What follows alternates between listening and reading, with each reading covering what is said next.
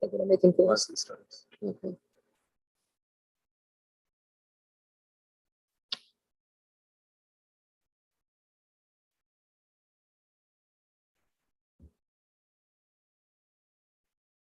Once the message comes in, this meeting is recorded. Gotcha.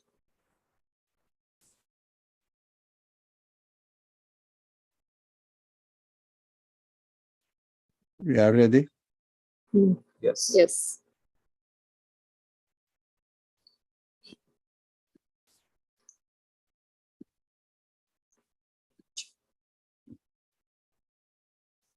We are ready. Yes, Brother Ali, we are ready, inshallah. The recording needs to start, right?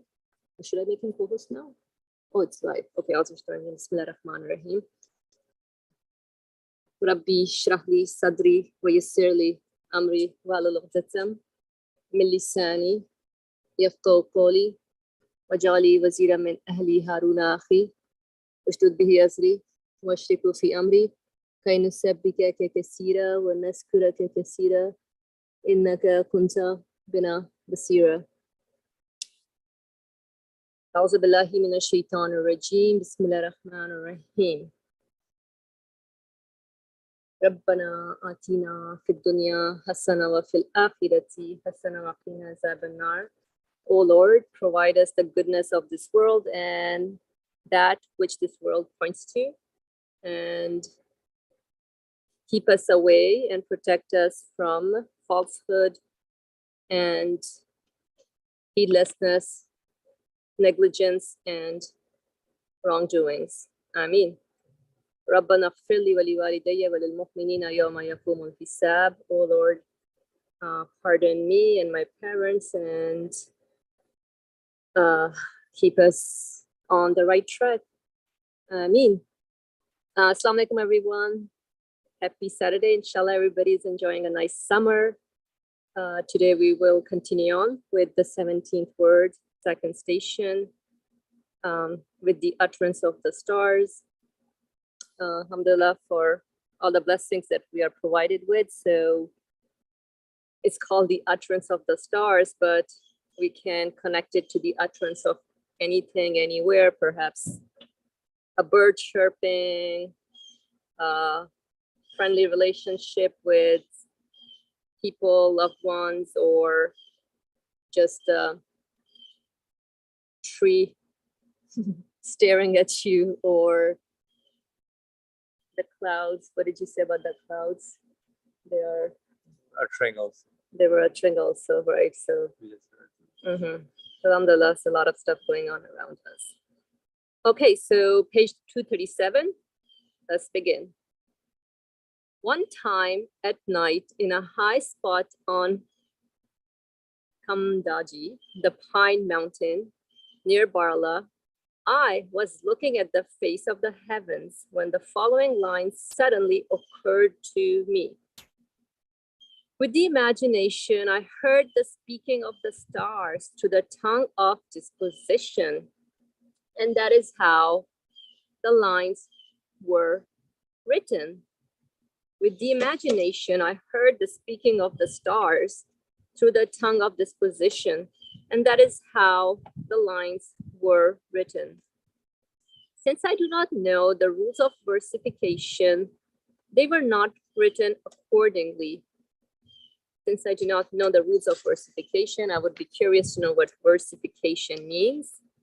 They were not written accordingly, but as they occurred to me. So while I'm reading, just posing the question out there, I'm wondering what's Probably a poetry style to put it into proper verses, versification. Because it's kind of like a poetry. Gotcha. Okay.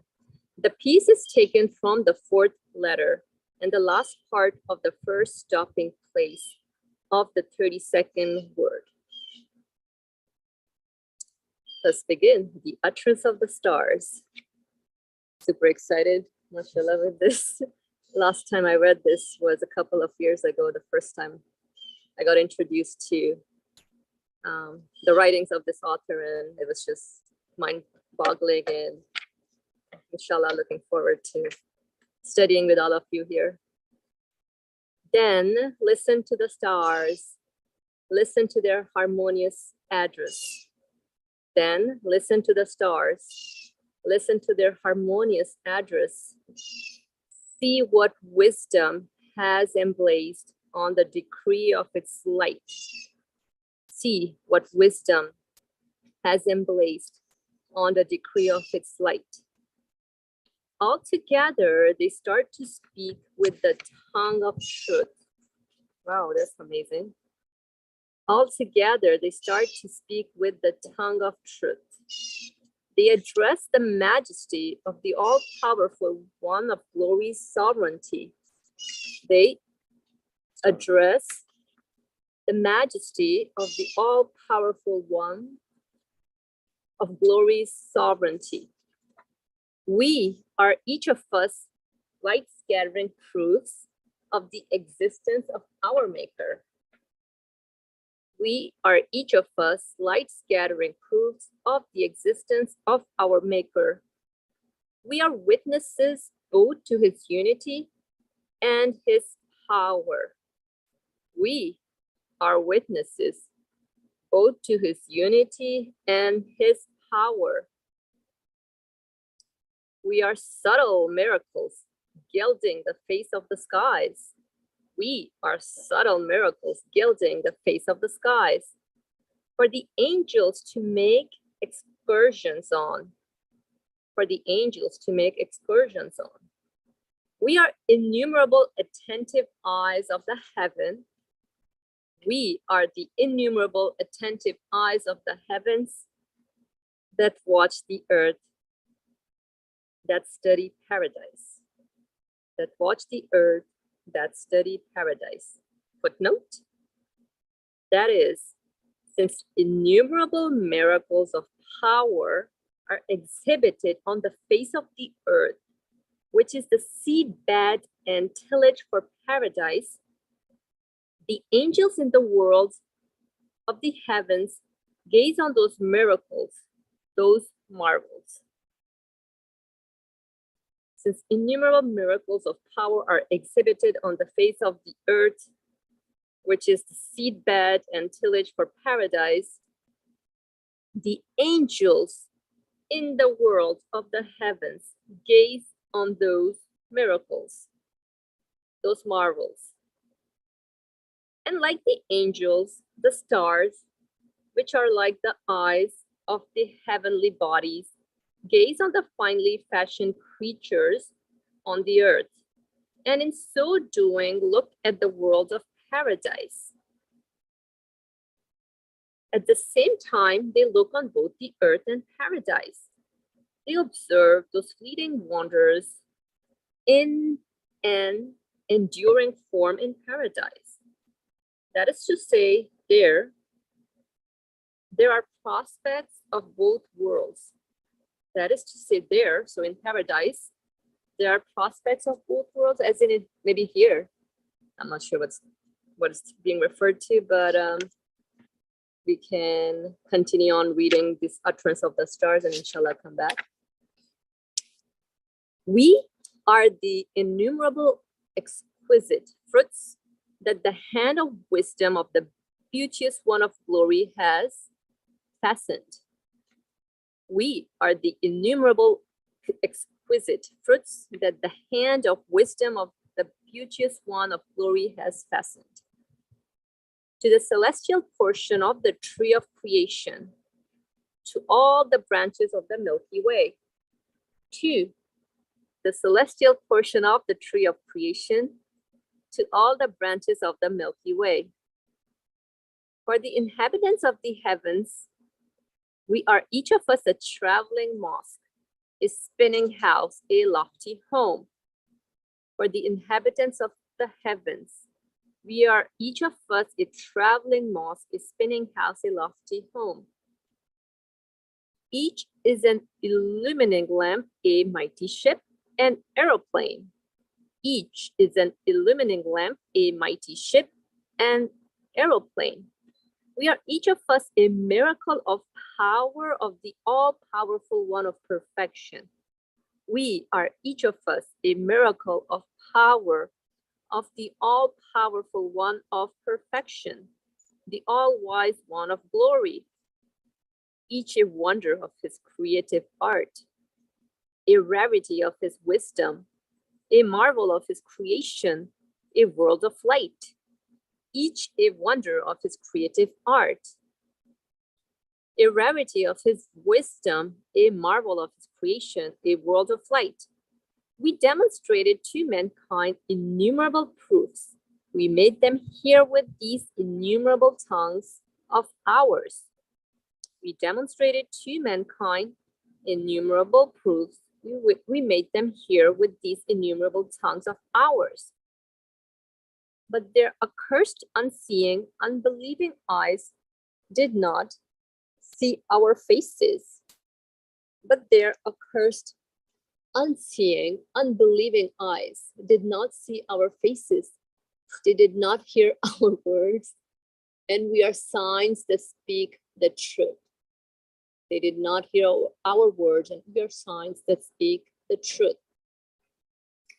Our stamp is one. Our seal is one. We are mastered by our sustainer. We glorify him through our subjugation. Our stamp is one. Our seal is one. We are mastered by our sustainer. We glorify him through our subjugation. We recite his names. We are each of us in ecstasy, a member of the mighty circles of the Milky Way. We recite his names. We are each of us in ecstasy, a member of the mighty circle of the Milky Way. And that ends the 19th, 17th word, second station. SubhanAllah, thank you. I was just enjoying reading it, and with poetry, we can just get lost. So let me just reflect on it right now a little bit with all of you. But if anybody wants to share on anything, it's very interesting. The utterance of the star, how each of us, like the author mentions, we're like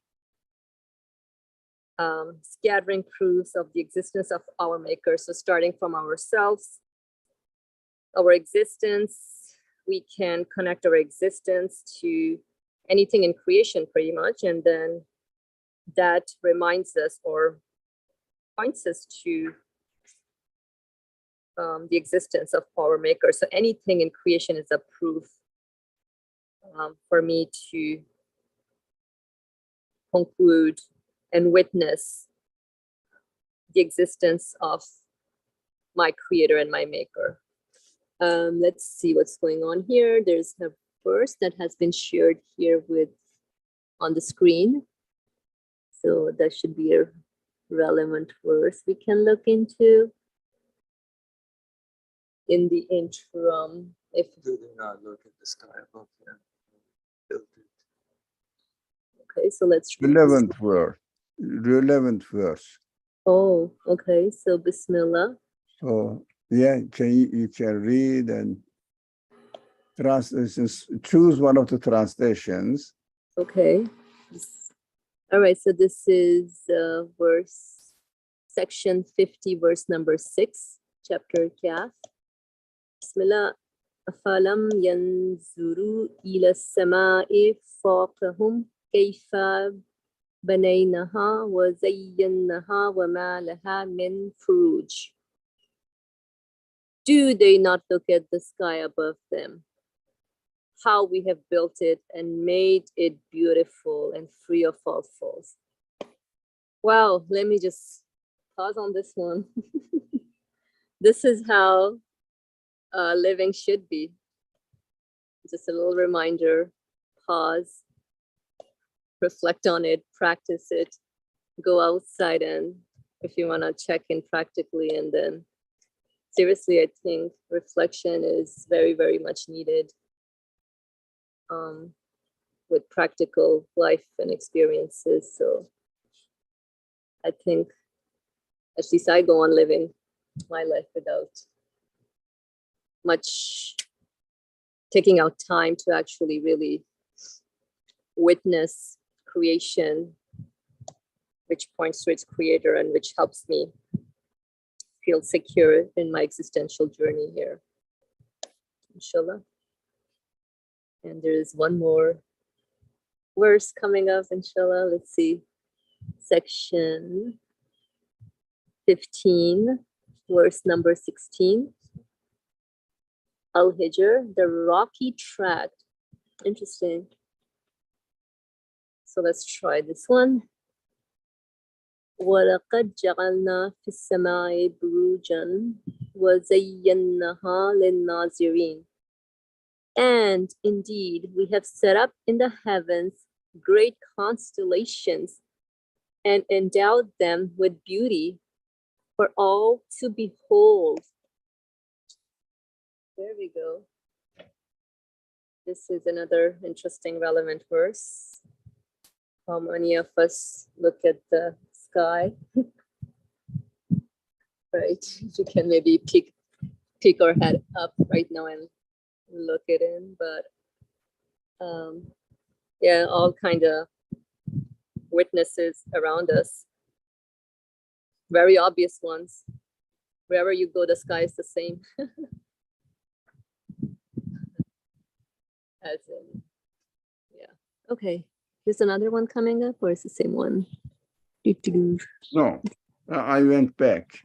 Okay, So can I say something?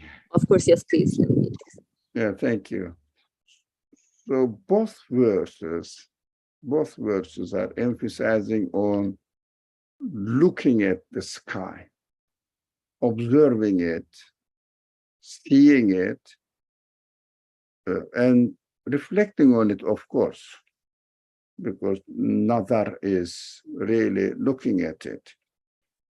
Whereas there is another way of saying it, ra'a, with the word, which see it, but doesn't think about it. For example, while I am walking on the street, I see many things, but I may not pay attention any of them at all.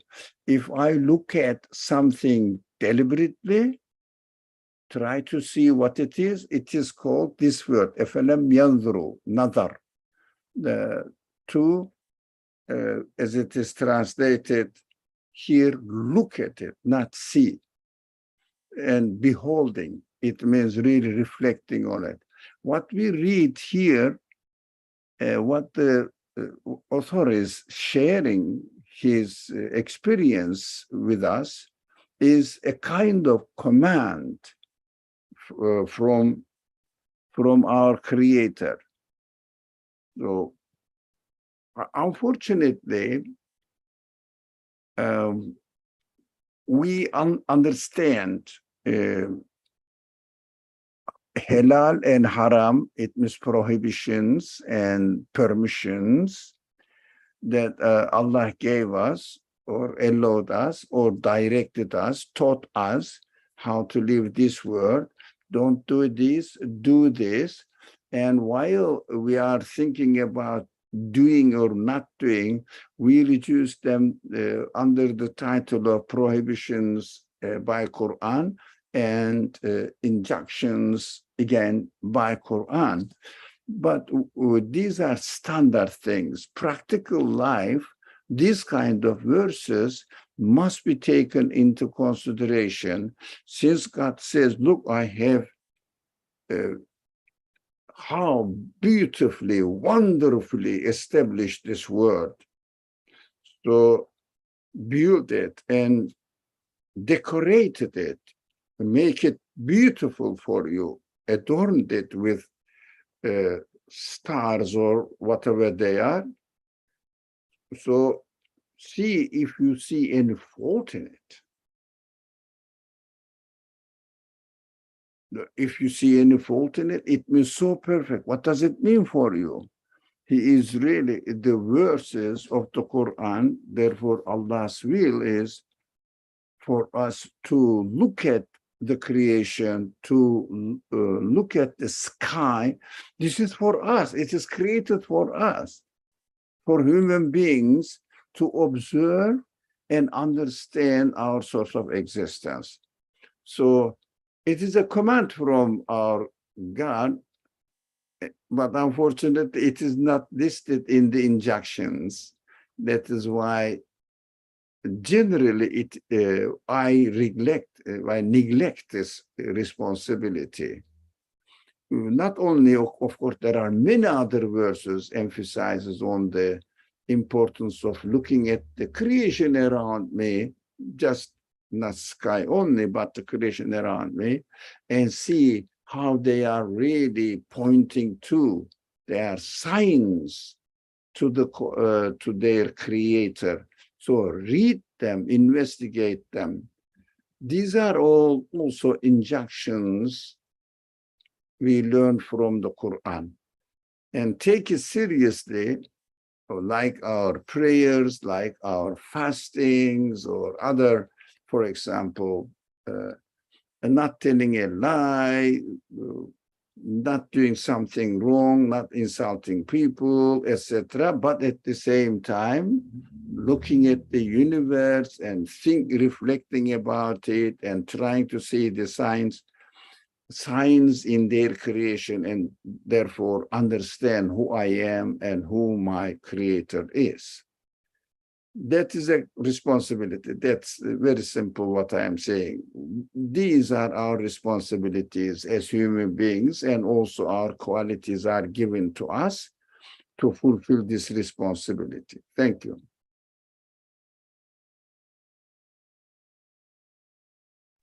Mashallah, thank you for sharing all this. Indeed, we need to ponder more on our daily interactions with things we may consider basic, but pretty much that is how, I mean, I can even use the word, it's incumbent upon us to question the source of existence of the tree I'm interacting with, water that I'm drinking, the clouds that I'm looking at. Yeah, we should all be questioning the source of existence of it, because it does bring joy to the spirit, just watching the clouds move.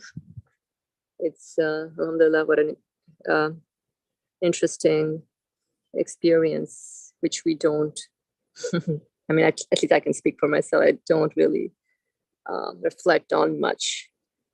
So inshallah, let's work on this.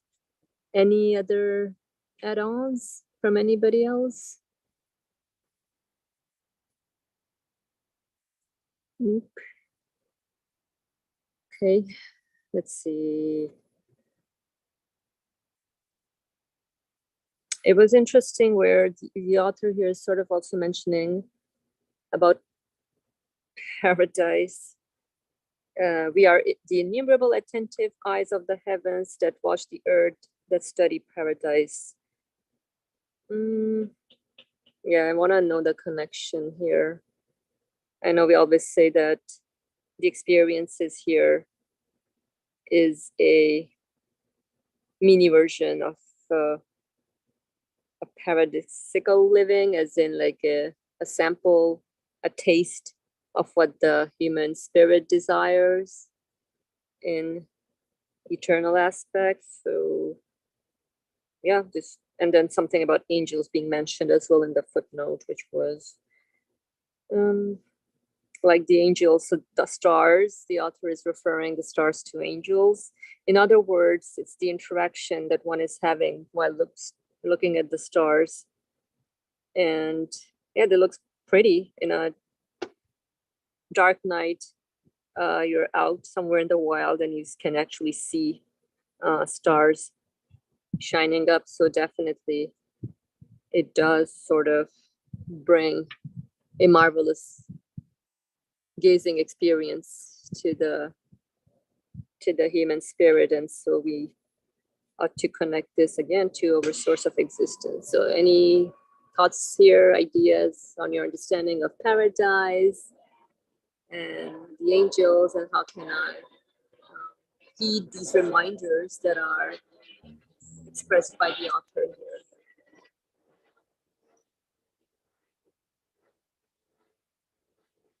Go ahead, Adam. Yeah, assalamu alaikum. Hopefully you can hear me. Yes. All right, thank you. I think the topic and text is really interesting. There's one particular thing that came to my mind yesterday, I think it was, or maybe the day before. I was reading something about the prayer, and in the prayer, it was saying that the seeds of the prayer, I mean, even last time, maybe 1 week or previous week, we were discussing about Allahu Akbar. So I was just reading a little bit also on the issue of prayer, and also Subhanallah, Allahu Akbar, and Alhamdulillah. But when I read the text, if I remember correctly, it was saying that glorifying God, well, Subhanallah has to do with His majesty and sovereignty, or something to do with these two concepts, majesty and sovereignty. And I was just thinking about my own life and my own prayers, and how when I pray, I'm usually not always thinking about these matters: majesty, sovereignty, and grace, I think was the other one used in English. So in the prayers, I noticed mostly the concepts go, or at least our way of dealing with our own prayers and our own life and our own challenges is some kind of needs we're trying to, get. Like, I want this, I want that, I'm hoping for this, I'm hoping for that.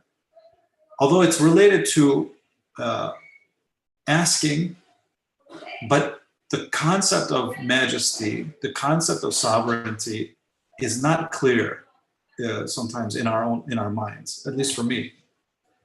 So, and also the life, when we live in our normal day-to-day life, not looking at the things going on in the universe, you may lose track of this concept of majesty and sovereignty.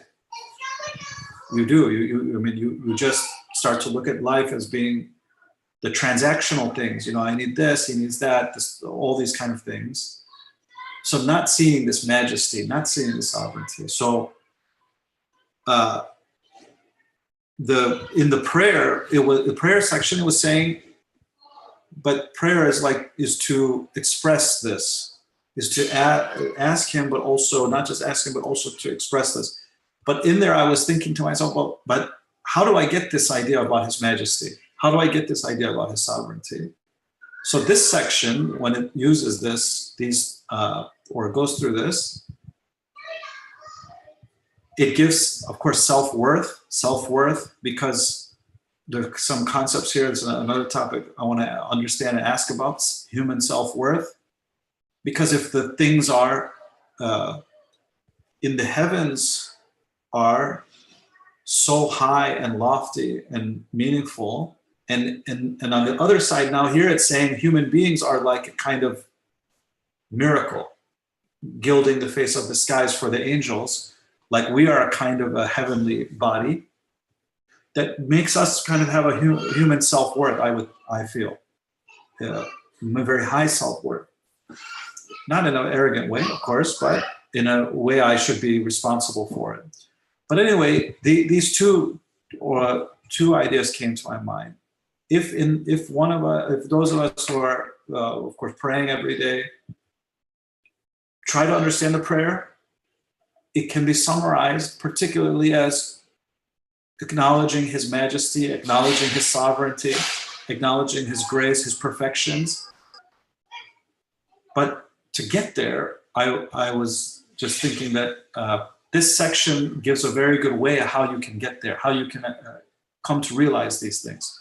Because they are not down at the individual level of the issues that you and me deal with. They are so huge and grand that they clearly point to the majesty and the sovereignty. In fact, of course, even if you look at a small thing on the earth, if you reflect and contemplate on it, it also is a kind of grand thing. But I'm saying that these concepts of majesty, sovereignty are at least for me, difficult to understand and really feel and sense. But this section is helping me. And I just want to also ask about that other point I said about human beings being a kind of miracle for the angels, and what that impacts on in terms of how we feel about ourselves as human beings, individually or collectively. That's all I have. Thank you. Thank you, Brother Adam, for sharing. I think we can all relate to that. You just spoke our reality right now, looking into who the owner of things is. Practically, when we're experiencing events, objects, like at least I think most of us, I mean, it's hard to really be in that type of moment. Definitely. Anyone else who wants to share anything? Thank you.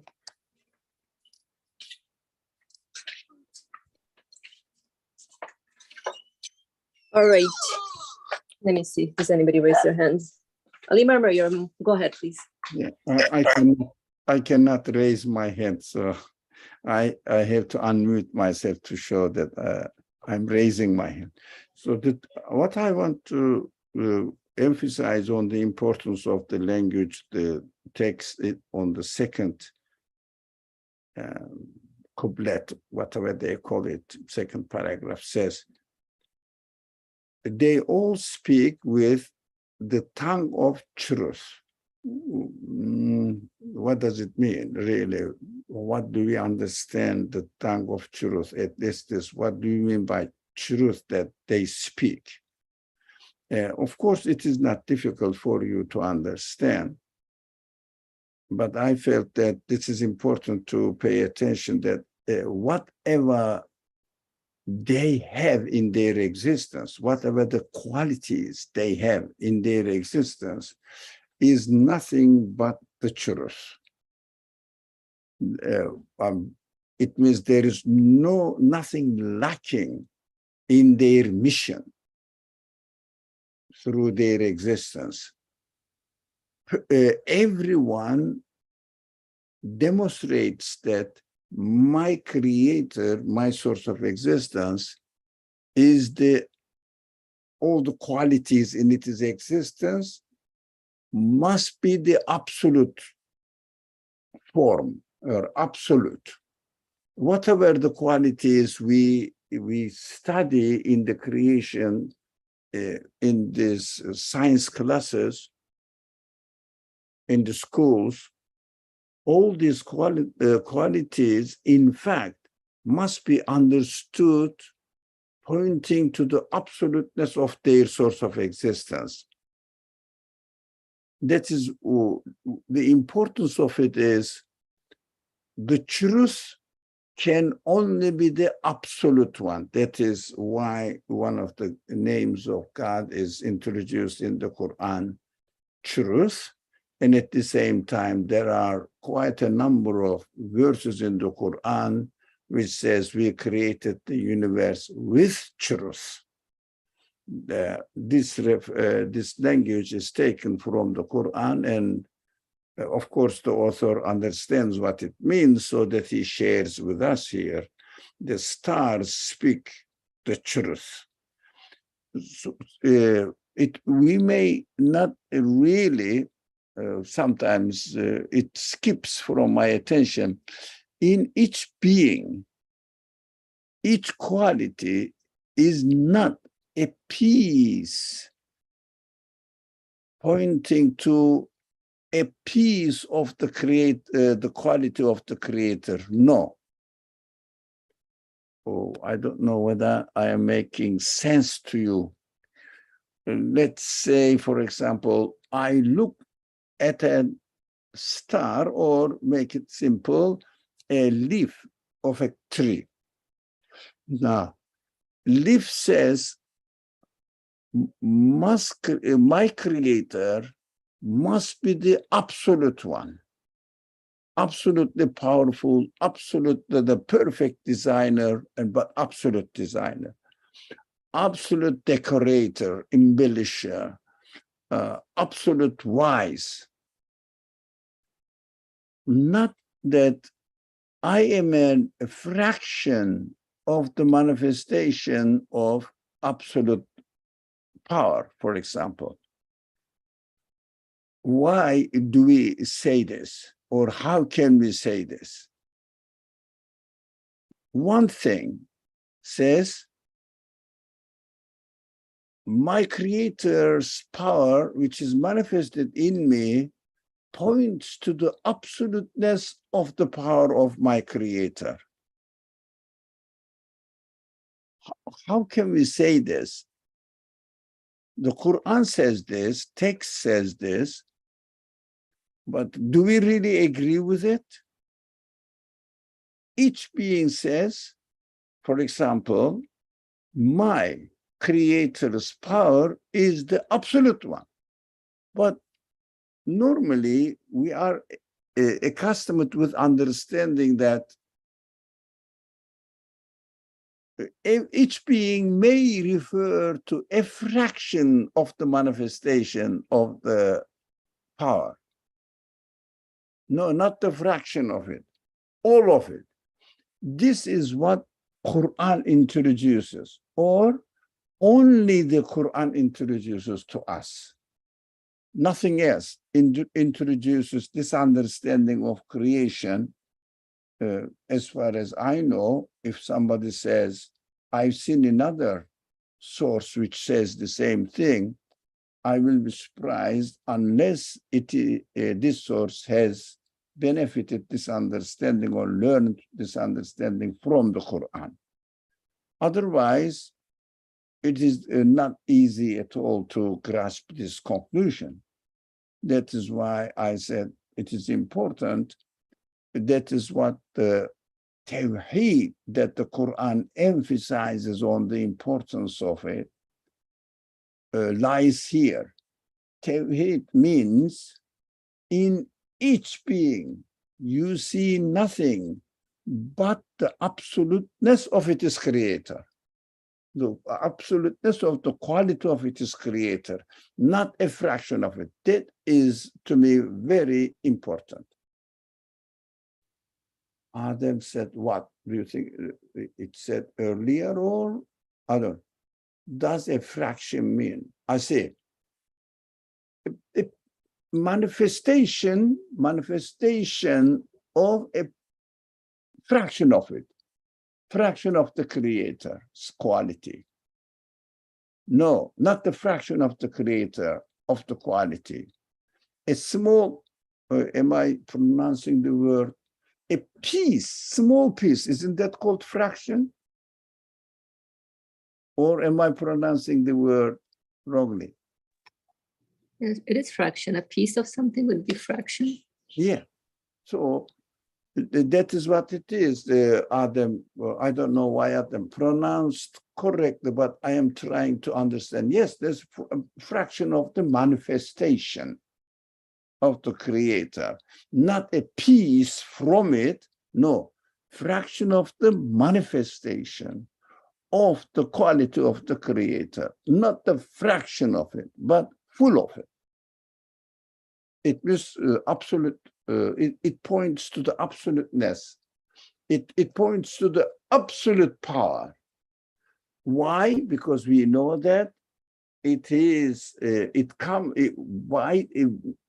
In the way that it comes into existence, only the absolute power can give existence to a leaf, to even a cell of a leaf, a piece of the cell of a leaf.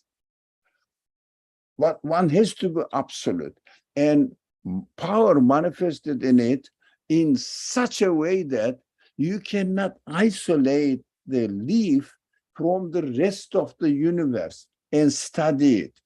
That is why the scientists do this isolation in the labs and study the creation in a way that each of them, whatever they study, exist as if independently from the rest of the universe.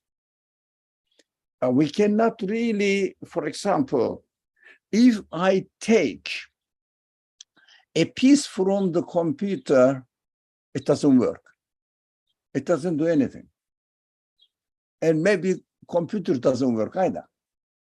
So for the computer to work, every piece must be acting together and witnessing to the engineer one complete program.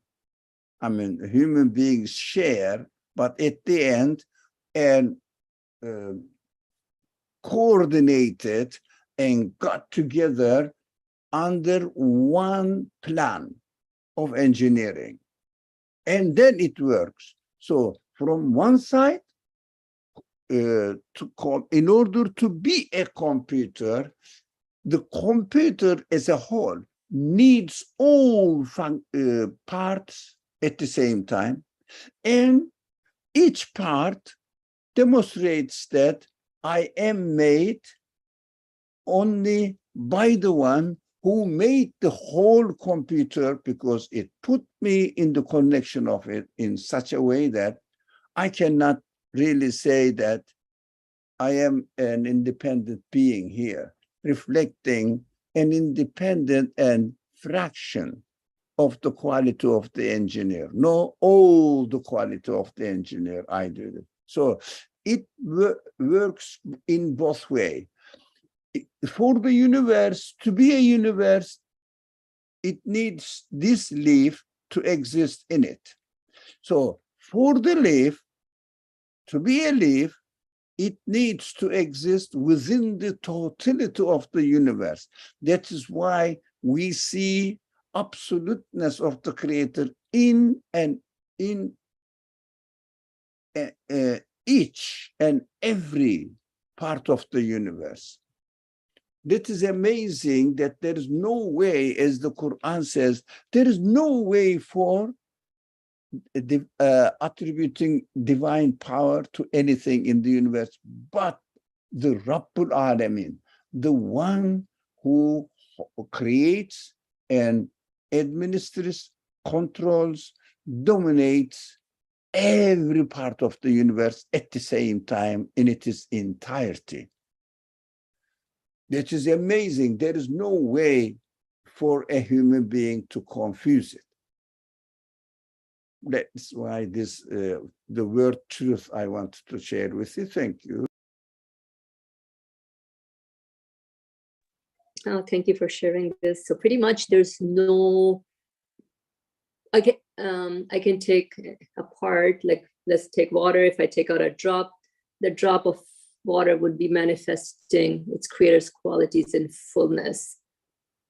If I take a glass of water, it will be manifesting its creator's qualities in fullness. There's no such thing as, oh, because I took a fraction of it, so something is manifesting the creator's quality and, not fully. No, so there's no such thing as that, because everything in creation, be it a small particle, is manifesting its creator's qualities in fullest.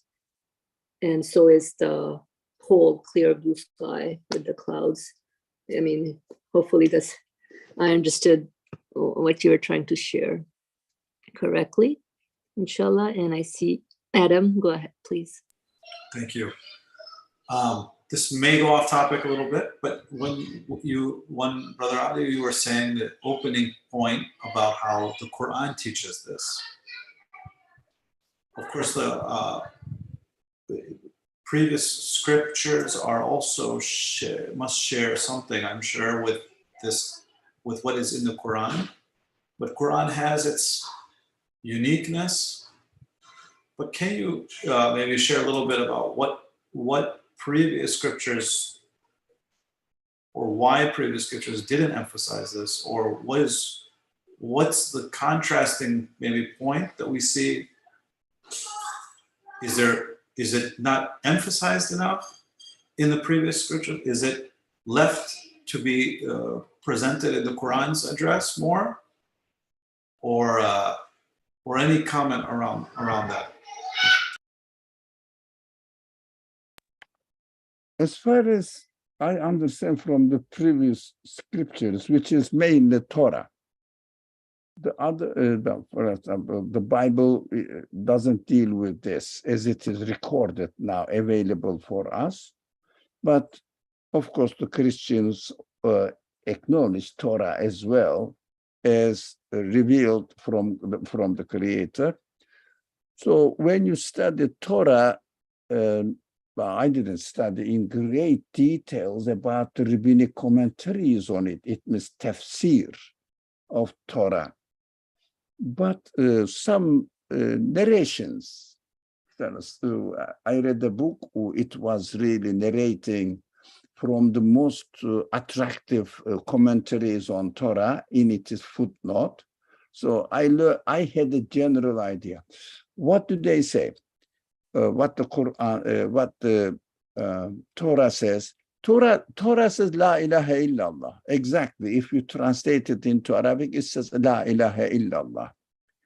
But it means in the teachings of the Quran, there is a reason for it. So in the teachings of the Torah, it means the universe is created by him, by God, and no other God can really stay aside it or another thing that you can imagine. In general, this is generalization, but Torah is more than 3,500 or 700 years old document. Historically, as far as we can understand, we can hear from the historians. It is somehow agreed upon by all the historians, as far as I know. But the text is an old text, okay. But original form, no one can claim, but the translations, Hebrew translations are there. But translations are really translated from originals and commentaries, etc., through, I don't know, maybe it's Greek, I think, from its Greek language. I'm not sure now. I don't know. It doesn't matter, but the language is there. But whatever it is, how much it may be racially interpreted and paraphrased it based on racial considerations, it seems to be, when you study it, you can easily see it. Yeah, it is a race-oriented book. Is it totally wrong? No, because Torah was sent to the people of children of Israel. So it is addressing to the children of Israel, but the text is not about racial values. That is not in your question. Your question is why the other texts don't mention it. Now, this is 3,700 something years old text. When this scientific revolution, it means enlightenment, they say it, happened in the world, starting from Europe and spreading everywhere, all over the world, maybe 500 years ago or 600 years ago, 700 at the most, people started. And they started paying attention to the creation of the world. Of course, Torah is interpreted in such a way that so static reading, literal reading of any text, especially scriptures, divinely inspired texts, if you read it literally, you freeze them. It means not really, the text is not giving a dynamic message, but static message. That is what freezing the text. We have to be very careful not to read the Quran in such a way that we may make it a static text. No, that is the story of children of Israel, the experience of the children of Israel. So they used to do that, and the people who started investigating the word, how it works, they found many contradictions in this translation. Many contradictions in the translation. What at the end, what happened? They rejected the Quran and ended up with reform in religion. It means rejecting the religion now.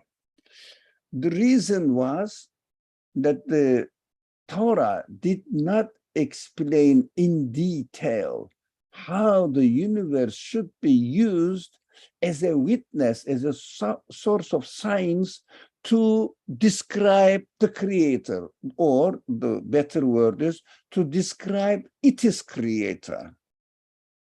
But the people at that time, when it was sent to the people of the children of Israel, the others were not aware of it as far as historically we know, but it doesn't mean that there was no other message in another word, but historically is not really, how do you say, discovered. And the Quran also doesn't mention them because people don't know who they are and what happened to them, doesn't matter. One example is enough. Anyways, this children of Israel example is enough, or Christian example is enough. So it doesn't really go into details. The Quran also about the history side of human beings. So it is obvious that we understand that even the Torah emphasized on the absoluteness of the qualities of the Creator manifested in each and every being. People wouldn't understand it. The people, not the available tools, were not really ready yet. But when the Quran was revealed, people soon, that time maybe a little bit, but the development of human investigation of the creation took place so fast. That is why the scientific research started among the Muslim community, the students of the Quran, because they realized that Quran really emphasizes on studying the universe a lot. Anyways, at the end, we end up now here. The Quran is there speaking in a dynamic way, and we can understand what it really means to us, every generation, in a better and better way. Thank you.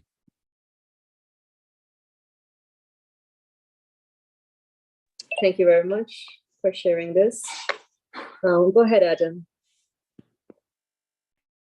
No, I think I'm okay. My hand was probably still up. I mean, I'm trying to digest everything Brother Ali said. I think I had some little questions along the way when he was speaking. Brother Ali, we were speaking. The tools were not ready yet. I think this comment struck me. When you see tools, I think human faculties, or maybe the way in which the research has progressed, in a way, it's kind of hard to understand. For thousands of years, there can be kind of a static or a series of static understanding of the Torah, right? Because in 1400 years, so much research is going on, but it's hard to understand. For 3,700 years or 2,000 years prior, there was just static.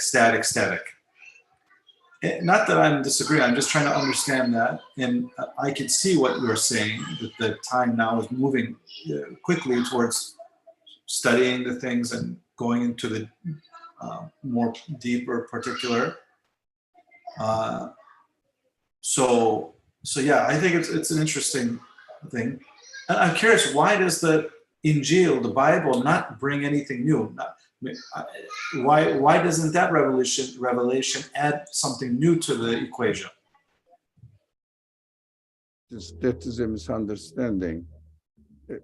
The available four canonical Bibles are just about the life biography of Jesus, while they are studying the life biography as the Sirah books in Islamic tradition, studies the life biography of the Prophet Muhammad. There are sometimes they refer what he said, but this is not Bible. Bible is the revelation to Jesus, what God said to Jesus. So revealed to Jesus to spread to the people, which is not included in the four canonical Bibles, but the renewal of Jesus' mission is in another area, because Jewish rabbis limited religion to only actions, as the Quran translators prefer the word for amal, deeds, what to do, what not to do. That is what the religion is. But Jesus came and expanded the meaning of religion, not only deeds, yes, it includes the deeds, but also values. But we don't have enough source that Jesus emphasized on, again, absoluteness of the qualities of its creator and believing in them under the witnessing of universe. Why? People didn't have enough material to understand this message.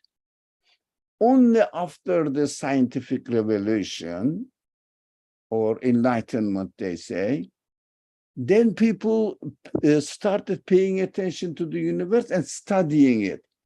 Muslim world started before, but they didn't develop it because of the collapse of the Abbasid state.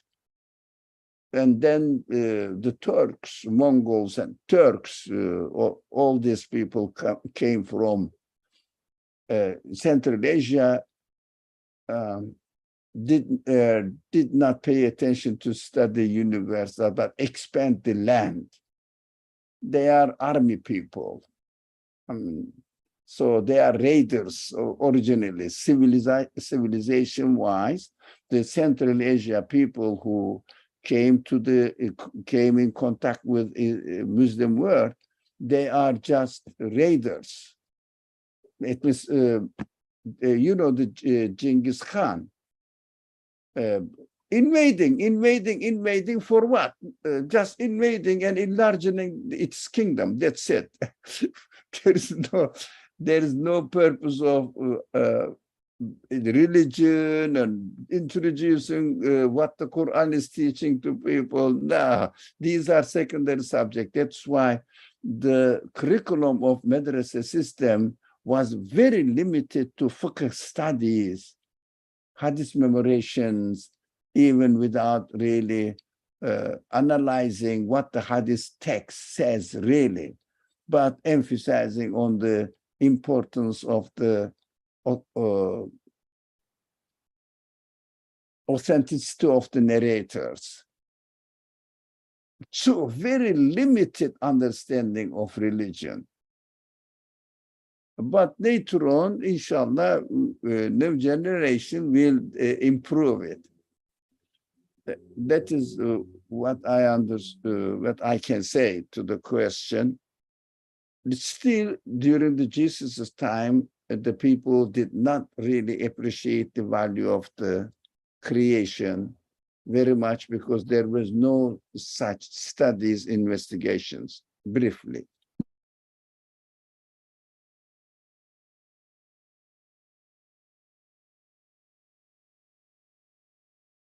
Thank you for sharing this. Any other comments from anybody? Okay. Let's go over the footnote a little bit. Angelic side, paradise. We are the innumerable attentive eyes of the heavens that watch the earth, that study paradise, perhaps referring to my being, where I'm in need of paradise. And by attentively studying my interactions with the universe, I connect all the qualities manifested here to the absoluteness of its creator, and so that puts me at ease that I'm being taken care of by a wise, generous host. So that puts me in a state of paradise, or in paradise. And so there's also like anything pretty much that brings me this news, everything in creation, which brings me news pointing to its creator, is the angelic side of creation. But if anybody else want to share some more comments here, that would be wonderful, inshallah.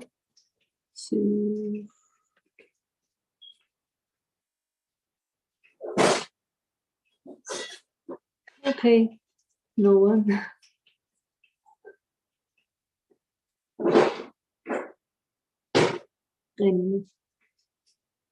Any ideas? Anything that comes to your mind? So Hildar, go ahead, please. Alaikum, can you hear me? Yes. I guess, this is a little bit unrelated to the prior conversation, but what I find interesting, the verses that Ali Baba brought up, and hold on one second.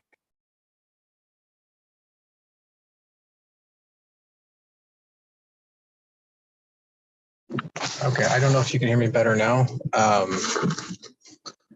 Yes, better now. Yeah, so I was saying that the verses that Ali Imran brought up, what I find interesting is that like the Quran's employment of like light, or especially like with the stars, or it's interesting in that, light to me sort of, it scatters, as he says here, I think.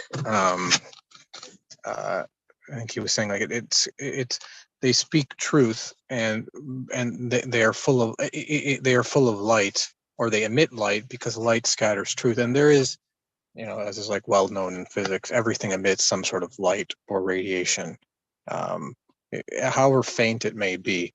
And the stars emit the most light, and so it's like the most obvious representation of the truth. So in other words, like you can find sort of the truth everywhere, and because everything does speak with the truth, that's what the purpose of light is. You can't find any darkness in the universe in reality, and that's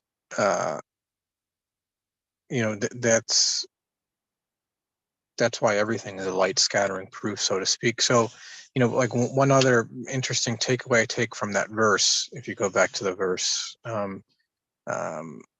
in some sense, I think it was the last verse you had up there.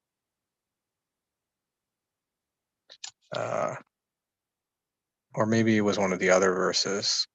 The one, yeah, this one. And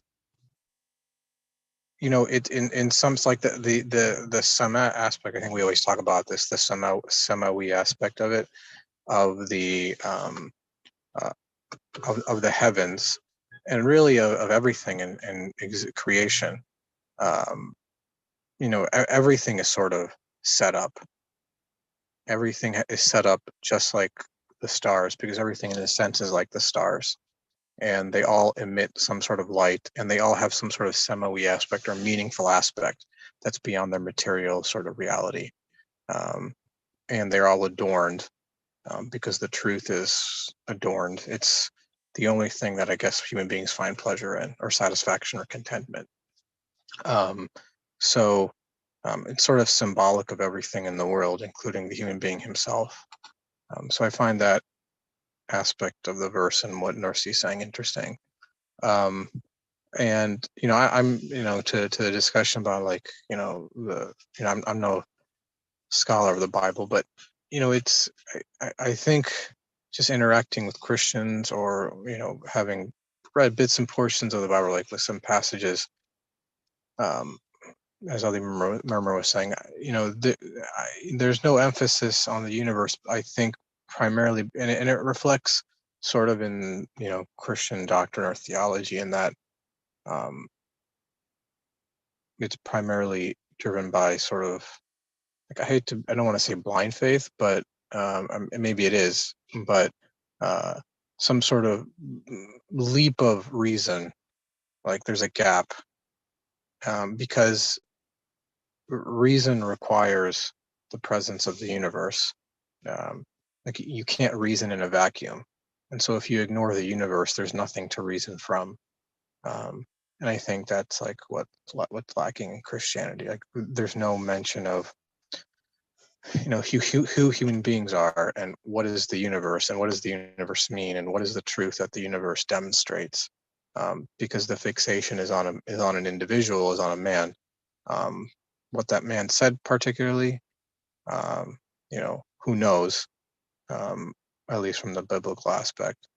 But, you know, to me, that's like the miraculous aspect of the Quran, is that it's so clear in terms of connecting man with the universe, so he can see like who he is and what he means, and, you know, what's his purpose, and then therefore what the purpose of the world is as well.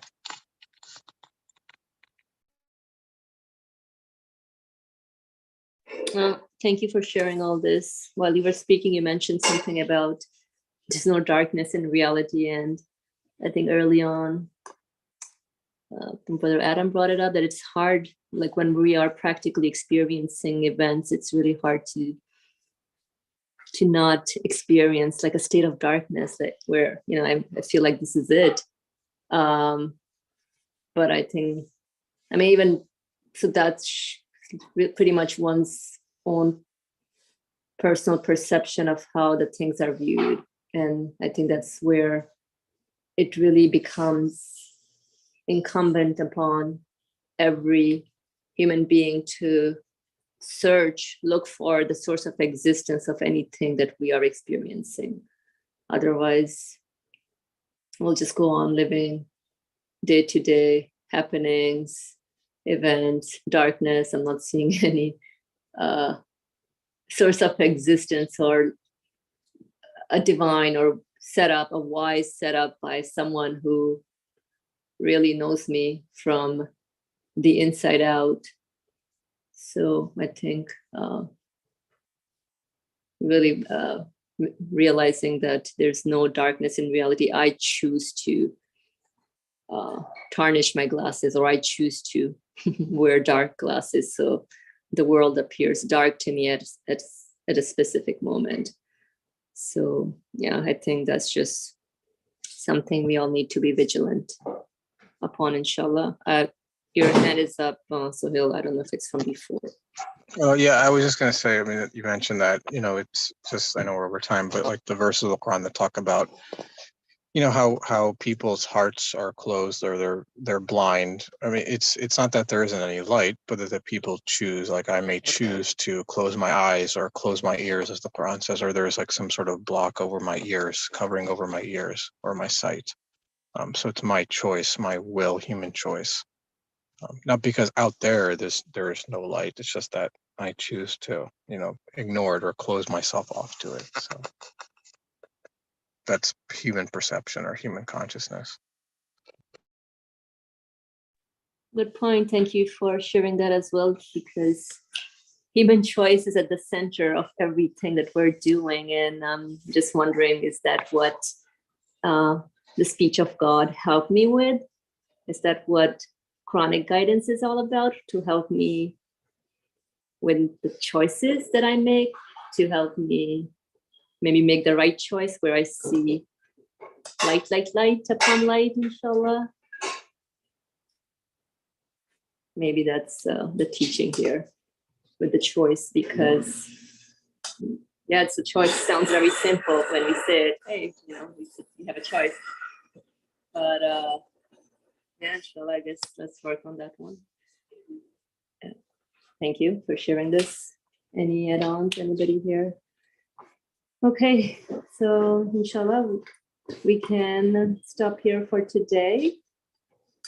And next Saturday, we can proceed with the next word, inshallah. Alrighty, thank you all for joining in. Bismillah ar-Rahman ar-Rahim. Subhanaka la ilma lana illa ma 'allamtana innaka antal alimul hakim. Glory be unto you. We have no knowledge save except that which you've taught us. Indeed, you are all knowledgeable, all wise. Wa akhiru da'wahum alhamdulillahi rabbil alameen. Bi hurmati sirra suratul Fatiha. Ameen.